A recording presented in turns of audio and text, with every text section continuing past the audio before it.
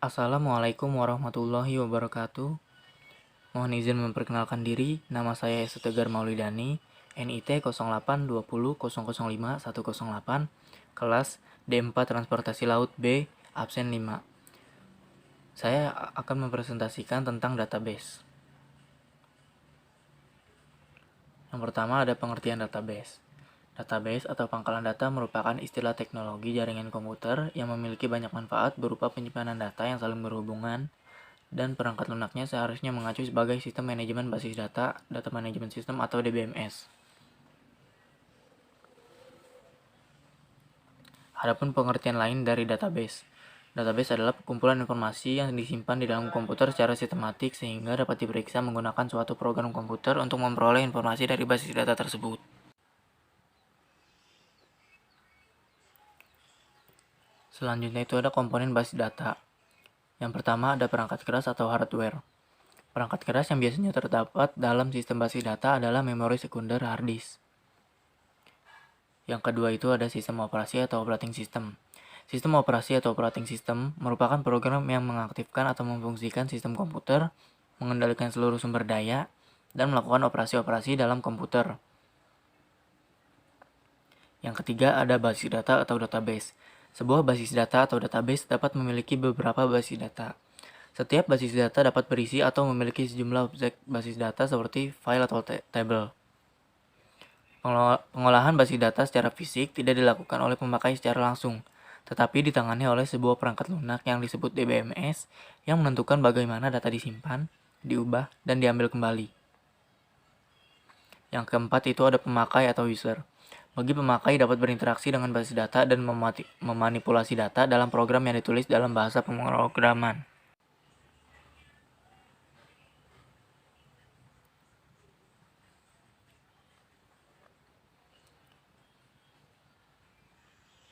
Selanjutnya itu ada tipe-tipe database. Yang pertama ada operasional database. Database ini menyimpan data rinci yang diperlukan untuk mendukung operasi dari seluruh organisasi. Mereka juga disebut subjek area database atau SADB, transaksi database, dan produksi database.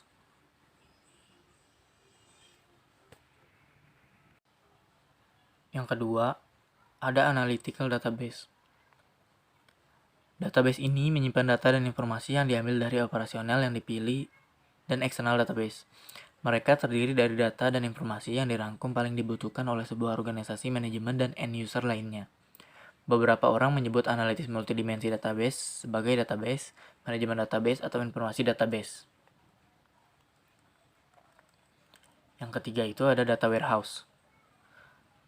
Sebuah data warehouse menyimpan data dari saat ini dan tahun-tahun sebelumnya, data yang diambil dari berbagai database operasional dari sebuah organisasi.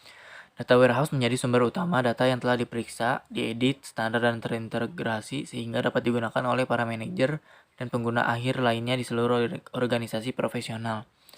Perkembangan terakhir dari data warehouse adalah dipergunakan sebagai shared nothing arsitektur untuk memfasilitasi extreme scaling. Yang keempat itu ada distributed database.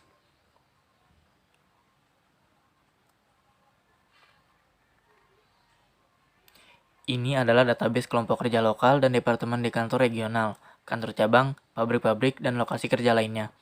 Database ini dapat mencakup kedua segmen, yaitu operasional dan user database, serta data yang dihasilkan dan digunakan hanya pada pengguna itu sendiri.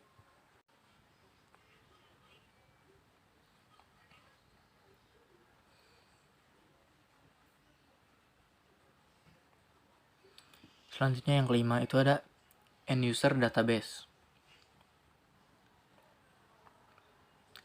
Database ini terdiri dari berbagai file data yang dikembangkan oleh end user di workstation mereka. Contoh dari ini adalah koleksi dokumen dalam spreadsheet, word processing, dan bahkan download file. Yang keenam itu ada external database. Database ini menyediakan akses ke eksternal, data milik pribadi online, tersedia untuk biaya kepada pengguna akhir dan organisasi dari layanan komersial. Akses kekayaan informasi dari database eksternal yang tersedia untuk biaya dari layanan online komersial dan dengan atau tanpa biaya dari banyak sumber di internet. Yang ketujuh, ada hypermedia databases on the web. Ini adalah kumpulan dari halaman-halaman multimedia yang saling berhubungan di situs web. Mereka terdiri dari homepage dan halaman hyperlink lain dari multimedia atau campuran media seperti teks, grafik, gambar foto, klip video, audio, dan lain-lain. Yang kedelapan itu ada navigational database. Dalam navigasi database, queries menemukan benda terutama dengan mengikuti referensi dari objek lain.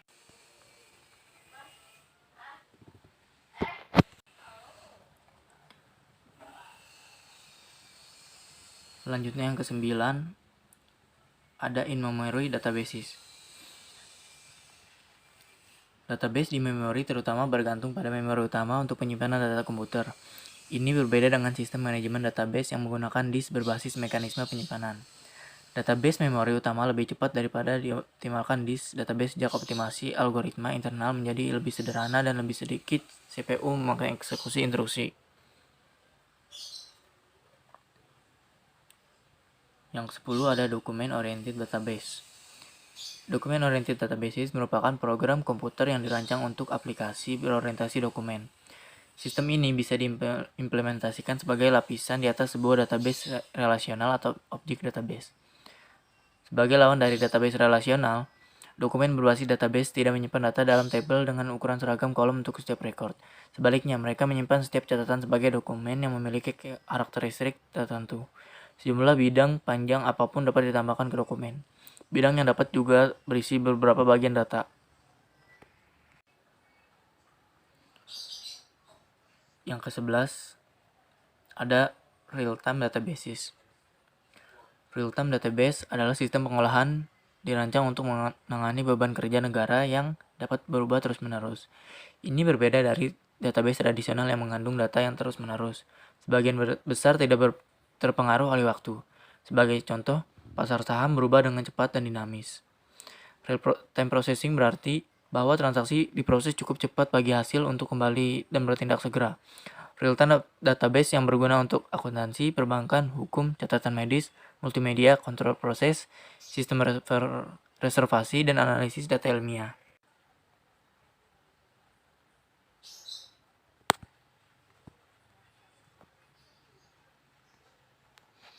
Selanjutnya itu ada relational database. Database relasional adalah kumpulan item data yang dengan hubungan yang telah ditentukan sebelumnya. Berbagai item ini disusun menjadi satu set tabel dengan kolom dan baris. Tabel digunakan untuk menyimpan informasi tentang objek yang direpresentasikan dalam database. Tiap kolom pada tabel memuat jenis data tertentu dan bidang menyimpan nilai aktual atribut. Baris pada tabel merepresentasikan kumpulan nilai terkait dari satu objek atau entitas. Tiap baris pada tabel dapat ditandai dengan pengidentifikasi unik yang disebut kunci utama, dan baris di antara beberapa tabel dapat dibuat saling terkait menggunakan kunci asing. Data ini dapat diakses dengan berbagai cara tanpa menyusun ulang tabel basis data itu sendiri.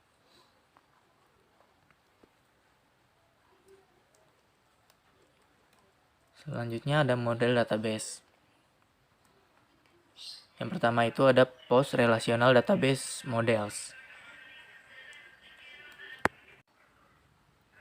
Sebuah produk yang menawarkan model data yang lebih umum dari model relasional dan dikenal sebagai post-relasional. Model data dalam produk tersebut mencakup hubungan namun tidak dibatasi oleh prinsip informasi yang mana mewakili semua informasi dengan nilai-nilai data dalam kaitannya dengan hal itu. Sebagian dari perluasan ini, model relasional benar-benar mengintegrasikan konsep dari teknologi yang tanggal predate the relational model.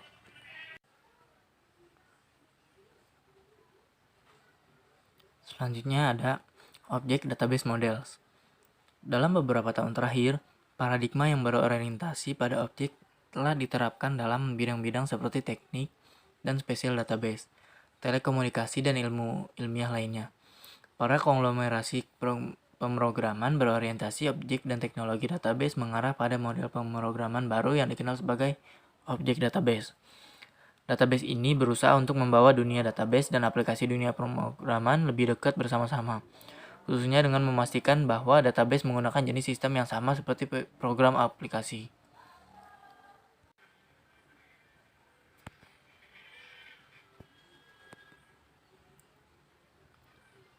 Selanjutnya, saya akan membahas DBMS atau Database Management System. DBMS adalah suatu sistem atau software yang dirancang khusus untuk mengelola suatu database dan menjalankan operasi terhadap data yang diminta oleh banyak pengguna.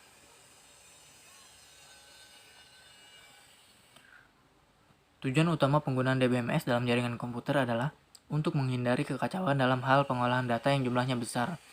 DBMS merupakan perantara bagi pengguna dan database, dan agar dapat berinteraksi dengan DBMS, maka pengguna harus memakai bahasa database yang sudah ditentukan.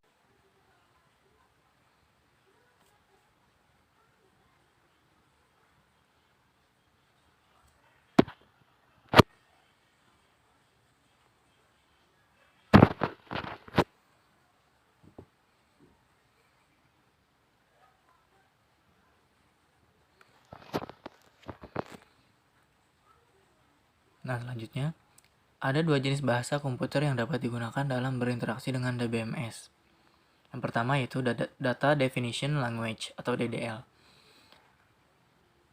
DDL ini digunakan untuk menggambarkan desain dari basis data secara keseluruhan, mulai dari membuat tabel baru, membuat indeks, maupun mengubah tabel. Yang kedua ada Data Manipulation Language atau DML. DML ini digunakan untuk memanipulasi dan mengambil data dari database, menghapus data dari database, dan mengubah data pada suatu database.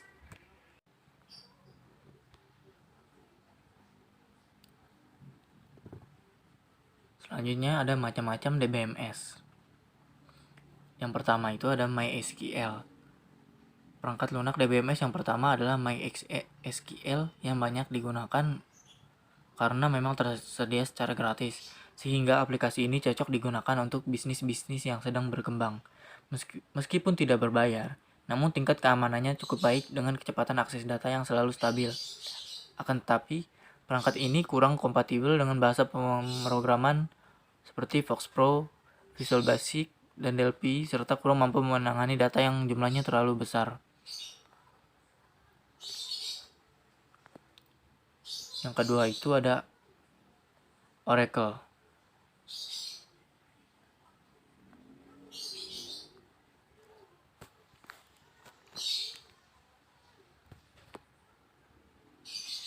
Jika Anda menginginkan perangkat lunak DBMS yang bagus dan berbayar, bisa memilih software Oracle.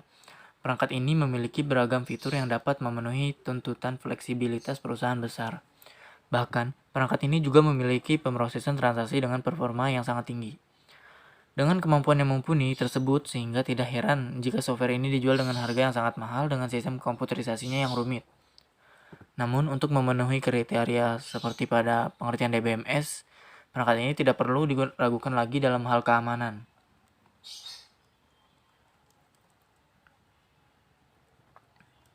Yang ketiga itu ada Microsoft SQL Server. Selain Oracle, perangkat lunak DBMS ini cocok diaplikasikan pada sistem jaringan komputer perusahaan besar karena memiliki kemampuan mengelola data yang besar. Microsoft SQL Server memiliki sistem pengamanan data yang baik dan memiliki fitur backup, recovery, dan rollback data. Namun sayangnya perangkat ini hanya bisa berjalan pada OS Windows saja.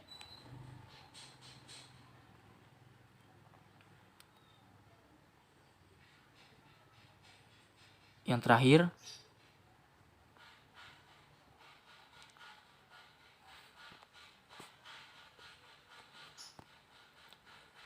ada Firebird. Perangkat lunak DBMS lainnya adalah Firebird sebagai sistem manajemen basis data yang relasional.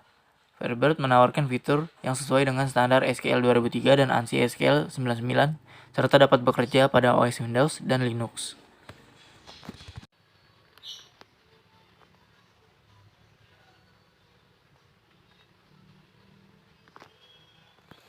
Demikian presentasi yang dapat saya sampaikan. Lebih kurangnya mohon maaf. Wassalamualaikum warahmatullahi wabarakatuh.